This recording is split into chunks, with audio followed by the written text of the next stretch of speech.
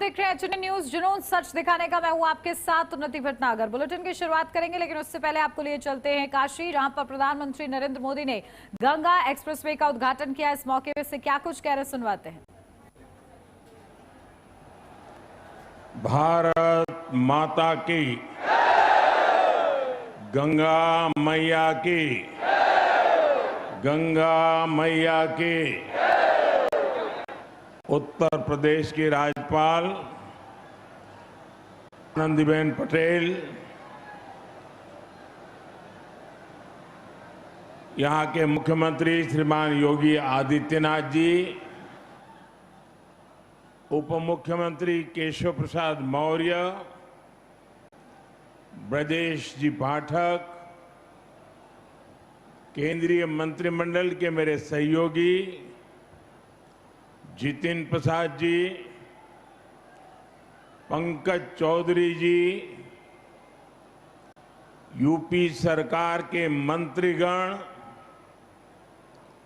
सांसद और विधायकगण, अन्य जनप्रतिनिधि और विशाल संख्या में पधारे हुए मेरे प्यारे भाइयों और बहनों,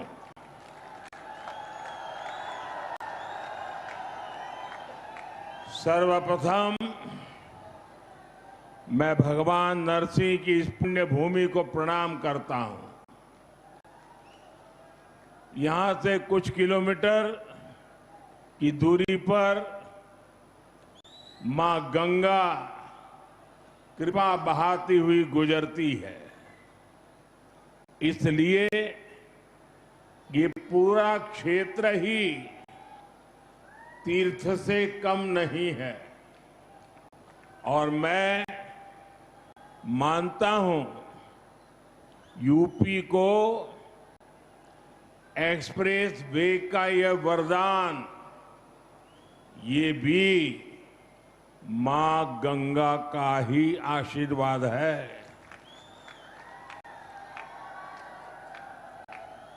अब आप कुछ ही घंटों में संगम भी पहुंच सकते हैं और काशी में बाबा के दर्शन करके भी वापस आ सकते हैं।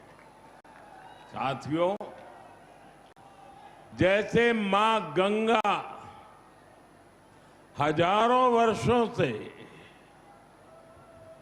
यूपी की और इस देश की जीवन रेखा रही है, वैसे ही आधुनिक प्रगति के इस दौर में उनके समीप से गुजरता ये एक्सप्रेसवे, ये यूपी के विकास की नई लाइफलाइन बनेगा। ये भी अद्भुत संयोग है कि पिछले 4-5 दिनों में मैं मां गंगा के सानिध्य में ही रहा हूं। 24 अप्रैल को मैं जब बंगाल में था तो मां गंगा के दर्शन किए थे, और फिर कल तो मैं काशी में था। आज सुबह ही फिर बाबा विश्वनाथ, मां अन्नपूर्णा और मां गंगा के दर्शन करने का सौभाग्य मिला। और अब मां गंगा के नाम पर बने इस एक्सप्रेस वे के लोकार्पण का अवसर मिला है। मुझे खुशी है कि यूपी सरकार ने इस एक्सप्रेस वे का नाम मां गंगा के नाम पर रखा है। इसमें विकास का हमारा विजन भी झलकता है और हमारी विरासत के भी दर्शन होते हैं। मैं यूपी के करोड़ों लोगों को गंगा एक्सप्रेसवे की बधाई देता हूं।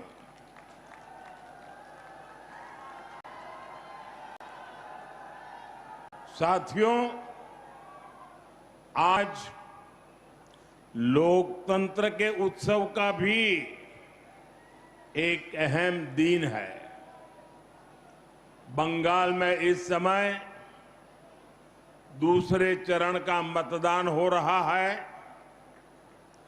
और जो खबरें आ रही हैं उनसे पता चलता है कि बंगाल में भारी मतदान हो रहा है। पहले चरण की तरह ही जनता वोट देने के लिए बड़ी संख्या में घरों से निकल रही है। लंबी लंबी कतारों की तस्वीरें सोशल मीडिया में छाई हुई है। पिछले 6-7 दशक में जो नहीं हुआ, जिसकी कल्पना भी मुश्किल थी, वैसे निर्भीक वातावरण में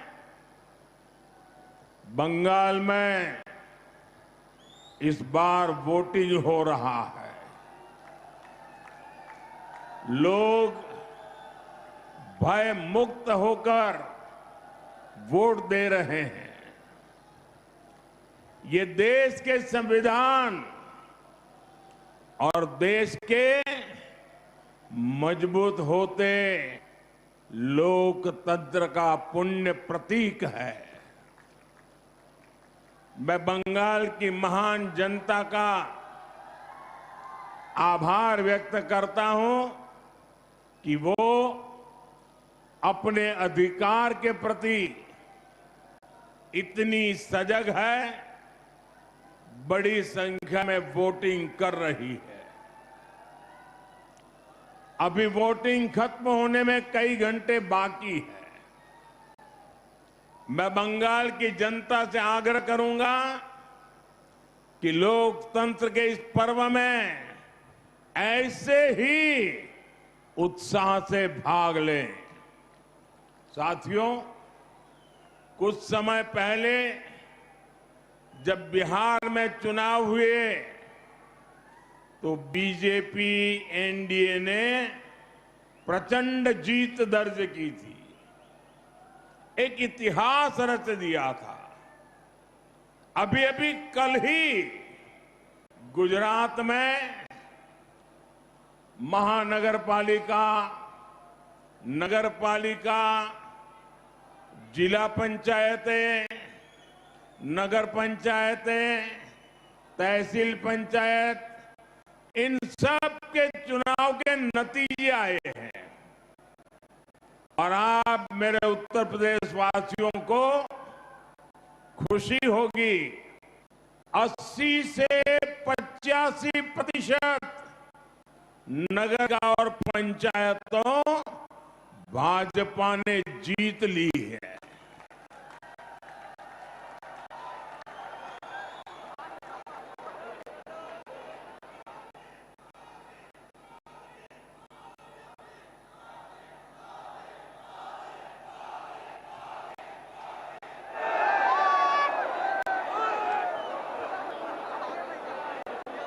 और मुझे विश्वास है कि इन 5 राज्यों के चुनाव में भी भाजपा ऐतिहासिक जीत की हैट्रिक लगाने जा रही है।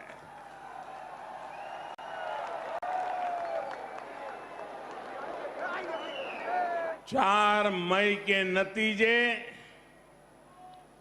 विकसित भारत के संकल्प को मजबूत करेंगे, देश के विकास की गति को नई ऊर्जा से भरेंगे।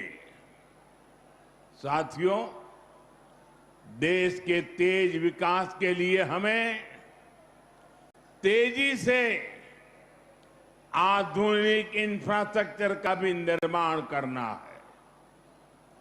दिसंबर 2021 में गंगा एक्सप्रेसवे का शिलान्यास करने मैं शाहजहांपुर आया था। अभी 5 साल से भी कम समय हुआ है और आप देखिए देश के सबसे बड़े एक्सप्रेसवेज में शुमार यूपी का सबसे लंबा ग्रीन कॉरिडोर एक्सप्रेसवे ये 5 साल के भीतर भीतर बनकर तैयार हो गया है।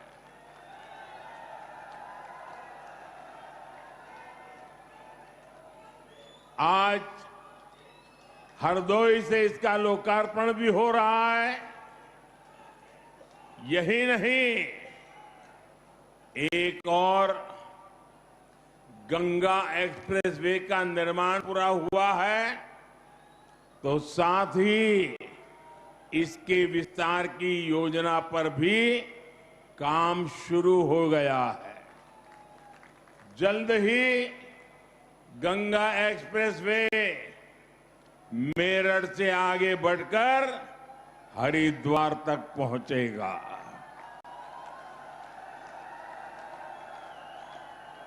इसके और बेहतर उपयोग के लिए फर्रुखाबाद लिंक एक्सप्रेसवे का निर्माण कर इसे अन्य एक्सप्रेसवे से भी जोड़ा जाएगा।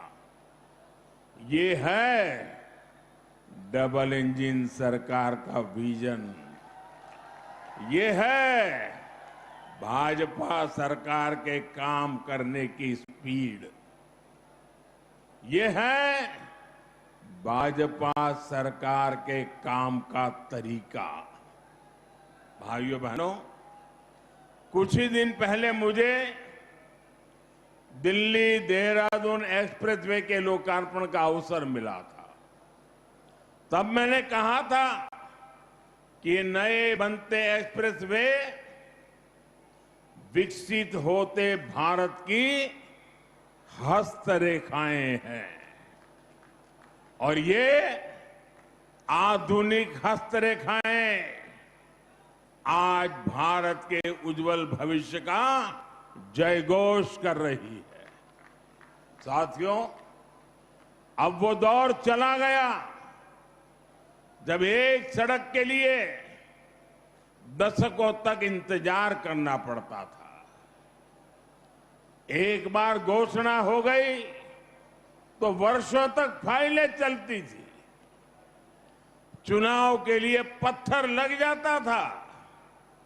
उसके बाद सरकारें आती रहती थी, जाती रहती थी, लेकिन काम का कुछ अता पता नहीं लगता था। कभी कभी तो पुराने फाइलें ढूंढने के लिए बड़े बड़े अफसरों को 2-2 साल तक मेहनत करनी पड़ती थी। डबल इंजन सरकार में शिलान्यास भी होता है और तय समय में लोकार्पण भी हो करके रहता है। इसलिए ही आज यूपी के एक्सप्रेसवे से भी ज्यादा रफ्तार अगर कहीं है तो वो यूपी के विकास की रफ्तार ही है। साथियों, वो एक्सप्रेसवे केवल एक हाई स्पीड सड़क नहीं है। ये नई संभावनाओं का, नए सपनों का, नए अवसरों का गेटवे है। गंगा एक्सप्रेसवे करीब 600 किलोमीटर लंबा है। पश्चिमी यूपी में मेरठ, बुलंदशहर, हापुड़, अमरोहा, संभल और बदायूं, मध्य यूपी में शाहजहांपुर, हरदोई, उन्नाव, रायबरेली, पूर्वी यूपी में प्रतापगढ़ और प्रयागराज, इनके आसपास के दूसरे जिले गंगा एक्सप्रेसवे, इससे इन इलाकों के करोड़ों लोगों का जीवन बदलेगा। साथियों, इन क्षेत्रों को गंगा जी और उनकी सहायक नदियों की उपजाऊ मिट्टी का वरदान मिला है। लेकिन पहले की सरकारों ने जिस तरह किसानों की उपेक्षा की, उसके कारण किसान परेशानियों के में ही घिर करके रह गए। यहां के किसानों की फसलें बड़े बाजारों तक नहीं पहुंच पाती थी, कोल्ड स्टोरेज की कमी थी, लॉजिस्टिक का अभाव था, किसानों को उनकी मेहनत का सही मूल्य नहीं मिलता था। अब उन कठिनाइयों का समाधान भी तेजी से हो। गंगा एक्सप्रेसवे से कम समय में बड़े बाजारों तक पहुंच मिलेगी। यहां खेती के लिए जरूरी इंफ्रास्ट्रक्चर का विकास होगा। इससे हमारे किसानों की आय बढ़ेगी। तो गंगा एक्सप्रेसवे यूपी के एक छोर को दूसरे छोर से तो जोड़ता ही है, ये एनसीआर के असीम संभावनाओं को भी करीब लाएगा। गंगा एक्सप्रेसवे पर गाड़ियां तो दौड़ेगी ही, इसके किनारे नए औद्योगिक अवसर विकसित होंगे। इसके लिए हरदोई जैसे दूसरे जिलों में इंडस्ट्रियल कॉरिडोर विकसित किए जा रहे हैं। इससे हरदोई, शाहजहांपुर, उन्नाव समेत सभी 12 जनपदों में नए उद्योग आएंगे।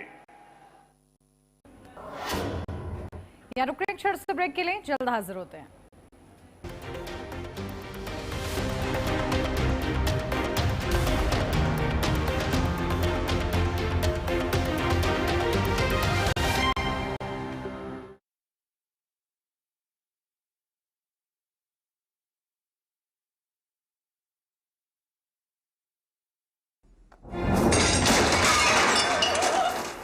फर्श की टाइल्स को चेंज करो, बड़ी स्लिपरी हैं। थर्मोकूल वॉशिंग मशीन। थर्मोकूल, इंडिया का नया अंदाज। गोल्डी छोले मसाले, जहाँ जाएं रिश्ते बनाएं। गोल्डी लाए हैं फ्रेश लॉक टेक्नोलॉजी, जो रखे मसालों को हर समय फ्रेश। आइसक्रीम खाओगी? जंगल में आइसक्रीम मिलती है। समर कूल रेफ्रिजरेटर, आप अपनी ड्यूटी निभाओ, ये अपनी ड्यूटी निभाएगा। समर कूल, लाइफ बनाए।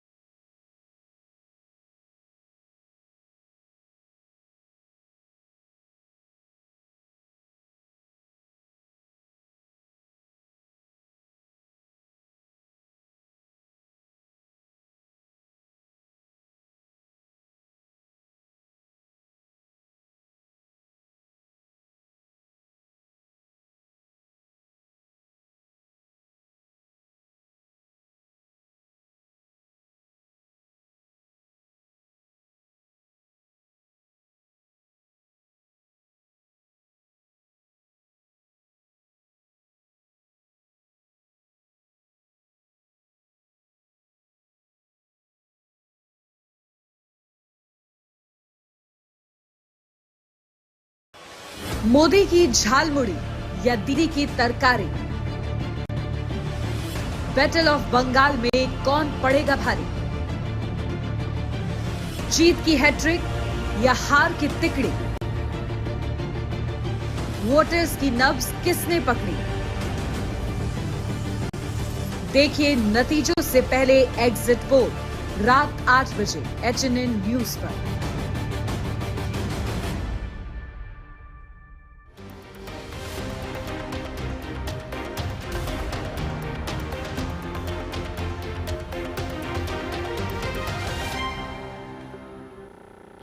ब्रेक के बाद स्वागत है आपका। बढ़ते आगे, यूपी के नोएडा इंटरनेशनल एयरपोर्ट को BCAS से सुरक्षा मंजूरी मिल गई है, जिससे संचालन की सबसे बड़ी बाधा दूर हो गई और इसी हफ्ते एयरलाइंस के साथ बैठक कर टिकट की दरें और रूट तय किए जाएंगे। एयरलाइन जल्द ही अब अपनी उड़ानों का शेड्यूल जारी कर सकती है।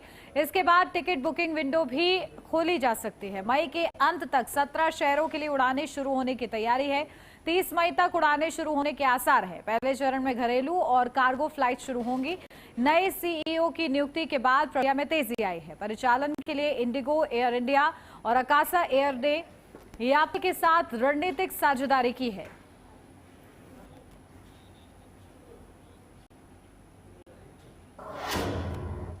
झांसी में आईपीएल मैच के दौरान ऑनलाइन सट्टा खिलाने वाले एक आरोपी को पुलिस ने मुठभेड़ के बाद गिरफ्तार कर लिया है। पुलिस के अनुसार आरोपी लंबे समय से अवैध सट्टेबाजी रैकेट चला रहा था और मैच के दौरान लाइव ट्रांजैक्शन के जरिए लोगों को जोड़कर पैसे वसूल रहा था। गिरफ्तारी के दौरान आरोपी के पास से 4 मोबाइल फोन, 22,400 रुपए कैश और एक देसी तमंचा बरामद किया गया है। जांच में सामने आया कि आरोपी के मोबाइल फोन में कई सट्टेबाजी वेबसाइट सक्रिय थी, जिनके माध्यम से ऑनलाइन दांव लगाए जा रहे थे। पुलिस को आरोपी के विभिन्न बैंक खातों में करीब 25 लाख रुपए की राशि मिली है। वहीं उसकी आईडी में लगभग 1.56 करोड़ कॉइन्स भी पाए गए हैं। इन सभी खातों को फ्रीज करने की प्रक्रिया शुरू कर दी गई है। पुलिस अधिकारियों का कहना है कि इस मामले में अन्य आरोपियों की भी पहचान की जा रही है और जल्द ही गिरफ्तार किया जाएगा। साथ ही पूरे नेटवर्क पर शिकंजा कसने के लिए गैंगस्टर एक्ट के तहत कड़ी कार्रवाई तैयारी की जा रही है। देखिए, आज जनपद झांसी के थाना नवाबाद एवं एसओजी टीम को बहुत ही अच्छा सफलता मिली है। आज सुबह मुठभेड़ के दौरान एक विवेक यादव जो एडमिन भी था, बहुत अलग अलग वेबसाइट बनाकर सट्टा संचालन करता था, उनको आज हम लोगों ने दबोच लिया है। उनसे जो प्रयुक्त मोबाइल और कुछ जमा तलाश में 22,000 रुपए और 315 बोर का तमंचा एवं एक जिंदा कारतूस और कोका कारतूस ने बरामद कर लिया है। ये करीब 8 से 9 ऐसे वेबसाइट इन्होंने क्रिएट किया है जिसके संचालन करता था, जैसे VKT99, Vanki12.com। देखिए, यूपी के बदायूं से एक हैरान कर देने वाला मामला सामने आया है, जहां एक युवती टावर पर घंटों चढ़ी रही। महिला ने अपने पिता और 3 भाइयों को हत्या के मामले में हुई उम्र कैद की सजा के खिलाफ दोबारा ट्रायल की मांग की। हालांकि पुलिस प्रशासन के समझाने के बाद करीब 3 घंटे बाद महिला टावर से उतर गई। दरअसल ये घटना की शुरुआत बदायूं कचहरी से हुई, जहां एक पुराने हत्या के मामले में सुनवाई चल रही थी। अदालत ने साक्ष्यों और गवाहों के आधार पर महिला के भाइयों को दोषी करार देते हुए उम्र कैद की सजा सुनाई। जैसे ही सजा का फैसला बाहर आया, परिजनों में चीख पुकार मच गई। सजा से असंतुष्ट महिला ने इसे अन्याय करार दिया और विरोध का एक खतरनाक रास्ता चुना। महिला ऊपर से चिल्लाकर अपने भाइयों को बेकसूर बता रही थी और बार बार सजा वापस लेने या फिर नीचे कूदकर जान देने की धमकी दे रही थी। यूपी के हाथरस के गांव पहाड़पुर में एक बुजुर्ग का शव संदिग्ध परिस्थितियों में घर में मिलने से सनसनी फैल गई। मृतक की पहचान जगदीश चंद्र शर्मा के रूप में हुई है। सुबह परिजन जब उन्हें देखने पहुंचे तो वो चारपाई पर लटपट पड़े थे। यह दृश्य देख परिवार में कोहराम मच गया और गांव में दहशत का माहौल बन गया। सूचना मिलते ही बड़ी संख्या में ग्रामीण मौके पर पहुंच गए और घटना को हत्या बताते हुए पुलिस से जल्द खुलासा करने की मांग करने लगे। गांव में आक्रोश भी देखा गया और उन्होंने दोषियों के खिलाफ सख्त कार्रवाई की मांग उठाई है। घटना की सूचना पर पुलिस के वरिष्ठ अधिकारी भारी पुलिस बल के साथ मौके पर पहुंचे और घटना स्थल का बारीकी से निरीक्षण किया। पुलिस ने शव को कब्जे में लेकर पोस्टमार्टम के लिए भेज दिया है। फॉरेंसिक टीम भी मौके से साक्ष्य जुटा रही है। पुलिस का कहना है कि मामले की हर पहलू से जांच की जा रही है और पोस्टमार्टम रिपोर्ट आने के बाद ही मौत के कारणों का स्पष्ट खुलासा हो सकेगा। क्या नाम है आपका? मेरा नाम राजेंद्र प्रसाद शर्मा। जो हत्या कर दी गई है, कौन है आपके? ये हमारे बड़े भाई हैं, जगदीश प्रसाद शर्मा। आपके पड़ोस में ही रहते हैं? बिल्कुल घर ही है। अच्छा, तो ये किसने की हत्या? ये ना पता था कौन करी कौन ना करे। तो मतलब आपको जानकारी कब हुई? ये जानकारी हुई है 6 के लपेट में। तो मतलब इनकी जो है हत्या कैसे कर दी है? अब पता ना कैसे करिए कैसे ना करिए। मतलब जो धारदार हथियार के और वैसे उसके चोट वोट के निशान देखो सब कैसे गई है कैसे ना गई है। जागी पुलिस आ गई मौके पे? हाँ, पुलिस आएगी मौके पे। वैसे कोई शक वगैरह किस पे था? शक काउ पे ना, हमें तो कोई शकत ना हमारी काउ थे रंजिश से।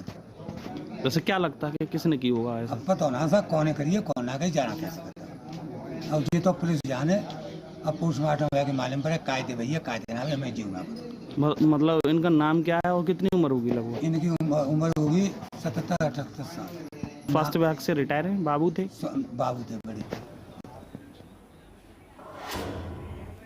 यूपी के रामपुर में शादी की खुशियां उस वक्त मातम में बदल गई जब बारात से लौटे दूल्हे के भाई समेत परिवार के 6 सदस्य रामगंगा नदी में नहाते समय डूब गए। ग्रामीणों की मदद से 4 युवकों को सुरक्षित बाहर निकाल लिया गया है, जबकि 2 तेज बहाव में बह गए। घंटों तलाश के बाद दूल्हे के भाइयों को गंभीर हालत में निकाला गया, जहां अस्पताल ले जाने के दौरान दोनों की मौत हो गई है।